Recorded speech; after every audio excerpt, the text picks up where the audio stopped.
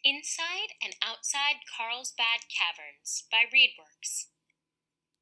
Imagine watching hundreds of thousands of bats swirl around you, swarming to form a large black mass that flies off into the horizon. At Carlsbad Caverns in New Mexico, this scene is a regular occurrence. The caverns, located in a United States national park, are home to around 400,000 Mexican free-tailed bats that fly out into the night sky each evening at dusk to feed on nearby moths and insects, returning at dawn to their caves. The spectacle draws crowds from around the world into the Chihuahuan Desert where the park is located. One such visitor was Laurel Matthews, who once visited the caves with her family on a road trip. At the entrance to one of the caves, there's stadium seating for visitors to watch the bats, she remembers. We waited a long time to see them. Finally, they started circling out of the cave and they flew off. Out came more and more and more, all of them flying in loops and then out into the sky. It was amazing that there were so many. Laurel also remembers the sound the bats made, describing the high, screeching noise. It was really creepy, but also really cool, she says. Laurel recalls her family's arrival at the Carlsbad Caverns National Park.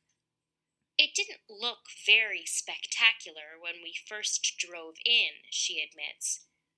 But then we started exploring the big network of underground caves.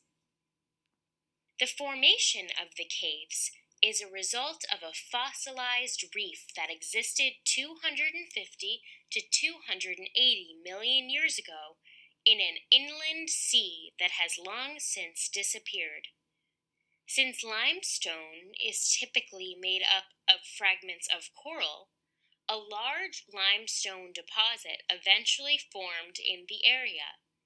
Today, you can still find several fossilized plants and animals in the cave's limestone that date back to a time before dinosaurs walked the earth. Starting somewhere between 4 and 6 million years ago, water from the Earth's surface began moving through the cracks in the stone deposit. There is a type of acid in surface water. When this water combined with rainwater, the two mixed to form another type of acid as a result of their chemical compositions. This acid slowly dissolved the limestone to eventually form the winding caves that exist today in Carlsbad Caverns. This is a very common process that happens to limestone. Many caves all around the world exist in limestone deposits due to the stone's solubility, the ability of a substance to be dissolved in a mixture of water and acid. Eventually, speleothems, formations that arise from mineral deposits in caves, began to take shape in the lower levels of the caverns. In fact, these speleothems existed during the last ice age, when instead of a desert, a pine forest sat above the caves. Over the years, park employees and rangers have found clues that hint at the cave's history. For example, according to the National Park Service, people have found some bones of ancient Ice Age animals scattered around the entrance to some of the caves. In 2003, an employee found a part of a stone scraper dating back to the last Ice Age near a cave entrance as well. Clearly, the caves have a long history. Researchers have discovered that American Indians first inhabited the area sometime between 12,000 and 14,000 years ago.